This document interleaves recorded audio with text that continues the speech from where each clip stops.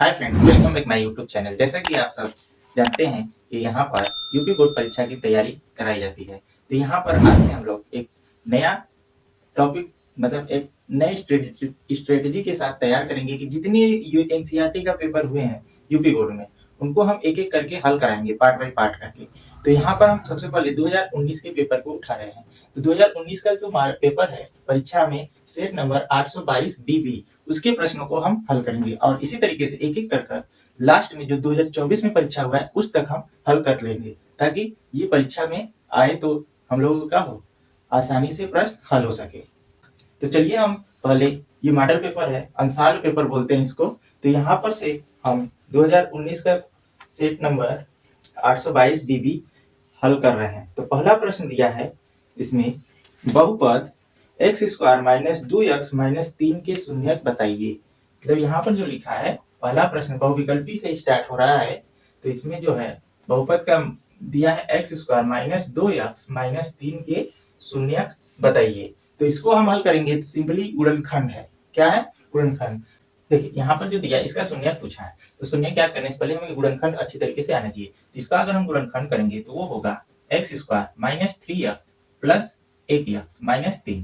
अब इसको हल करेंगे तो यहाँ से x कॉमन होगा तो x माइनस 3 प्लस 1 कॉमन होगा तो x माइनस 3। तो यहाँ से हल निकल कर आएगा एक ब्रैकेट में x माइनस 3 और दूसरे ब्रैकेट में x प्लस 1। तो इसमें से अगर देखें तो x माइनस 3 बराबर अगर 0 रखकर देखें तो x का मान निकल कर आएगा 3 और दूसरा अगर देखें तो x प्लस 1 बराबर 0 रखें तो x का मान निकल कर आएगा माइनस 1। तो यहाँ पर दो मान निकल कर आए तो x के एक आया 3 और एक माइनस 1। तो हमारा शून्यक निकल कर आया ये चीज। ये क्या होगा हमारा शून्यक। पहले क्वेश्चन का ऑप्शन को जो होगा वो होगा 3 और माइनस 1। दूसरा क्वेश्चन लिखा है ख नंबर पहले का, एक सिक्के को एक बार उछालने पर शीर्ष आने की प्रायिकता क्या होगी। तो सिक्का में हेड और टेल होता है। दूसरा क्वेश्चन जो है तो अगर हम कॉइन की बात करें सिक्के की तो सिक्के का प्रतिदर्श होता है हेड और टेल। तो उसमें पूछा है हेड आने की प्रायिकता क्या होगी। तो इसमें कुल संभावना जो दिया है कुल संभावनाओं की संख्या 2 और घटित होने की संभावना तो हेड कितने हैं इसमें एक। तो घटित होने की संभावना जो है घटित होने की संभावना वो है 1। तो अगर हम प्रायिकता निकालें तो प्रायिकता बराबर वो भी किसका हेड आने की प्रायिकता हेड आने की किसकी हेड आने की प्रायिकता। तो हेड आने की प्रायिकता अगर निकालेंगे तो कुल संभावना को नीचे लिखेंगे और कितना हेड है उसकी संख्या ऊपर। तो इसको हल करेंगे तो 0.5 निकल कर आएगा 0.5। तो इसमें जो ऑप्शन होगा ऑप्शन नंबर 3 1/2 दिया है। तो अगला देखिए क्वेश्चन दिया है तीसरा ग नंबर। जो ग नंबर है ये क और ये ख और ये ग। देखिए इसमें लिखा है 9 सेक स्क्वायर ए माइनस 9 10 स्क्वायर ए। ये क्वेश्चन है, पूछा है कि का मान बताइए। तो आप लोग सरसंख्या में पढ़े होंगे तीन चीज।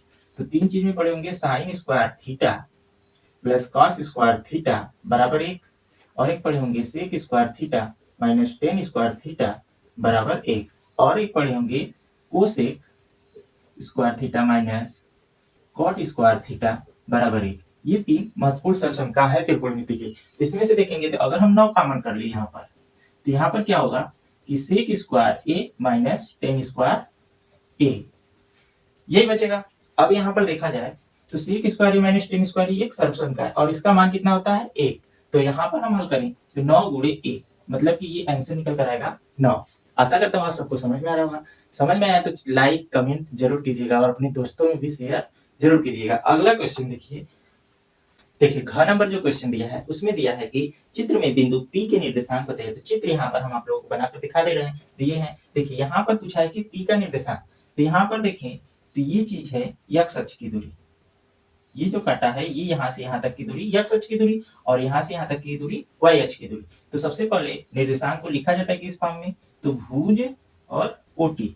किसके फॉर्म में भुज और कोटि। x अक्ष के निर्देशांक को भुज कहते हैं और y अक्ष के निर्देशांक को कोटि कहते हैं। तो सबसे पहले हम x का मान लिखेंगे। x का मान यहाँ से यहाँ तक जाने पर यहाँ क्या आएगा 2 क्या आएगा 2। और यहाँ पर y का मान, तो ये ऊपर जाता है तो धन दिशा होता है, नीचे आ रहा है तो ऋण है, तो यहाँ पर क्या होगा -3। तो निर्देशांक जो निकल कर आएगा वो होगा 2, -3। तो इसमें ऑप्शन नंबर ए सही है। अगला क्वेश्चन देखिए, अगला का भी फिगर बना हुआ है।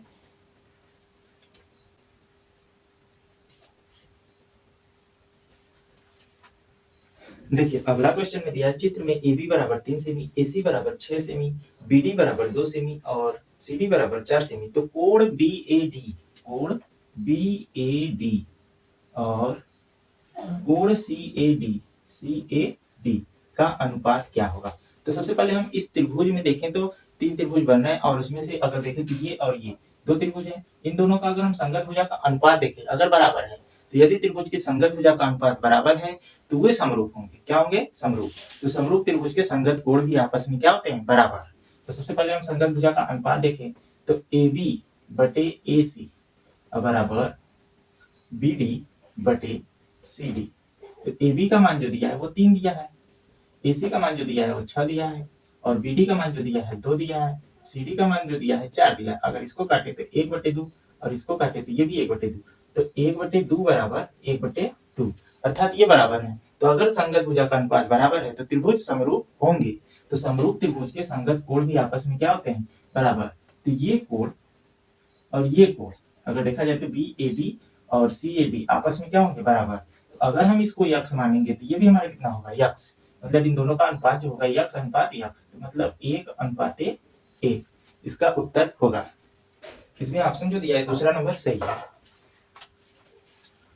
देखिए क्वेश्चन नंबर 6 की बात करें तो उसमें दिया है, किसी बहुपद fx के लिए y बराबर f of x का ग्राफ दिया गया है। ग्राफ में fx के शून्याङ्कों की संख्या बताइए। तो ये जो ग्राफ है यही है। अब इसमें पूछा है कि x के शून्याङ्कों की संख्या। तो इसमें देखेंगे तो x अक्ष को जितनी कटान बिंदु होंगे वो शून्य की संख्या होगी। तो एक कटान बिंदु यहाँ पर है और एक कटान बिंदु यहाँ पर और एक कटान बिंदु यहाँ पर। तो इसमें जो निकल कर आएगा शून्यकों की संख्या तो वो होगी 3। आशा करता हूँ ये समझ में आया होगा। समझ में आया तो चैनल को लाइक सब्सक्राइब शेयर जरूर कीजिएगा दोस्तों में भी। धन्यवाद।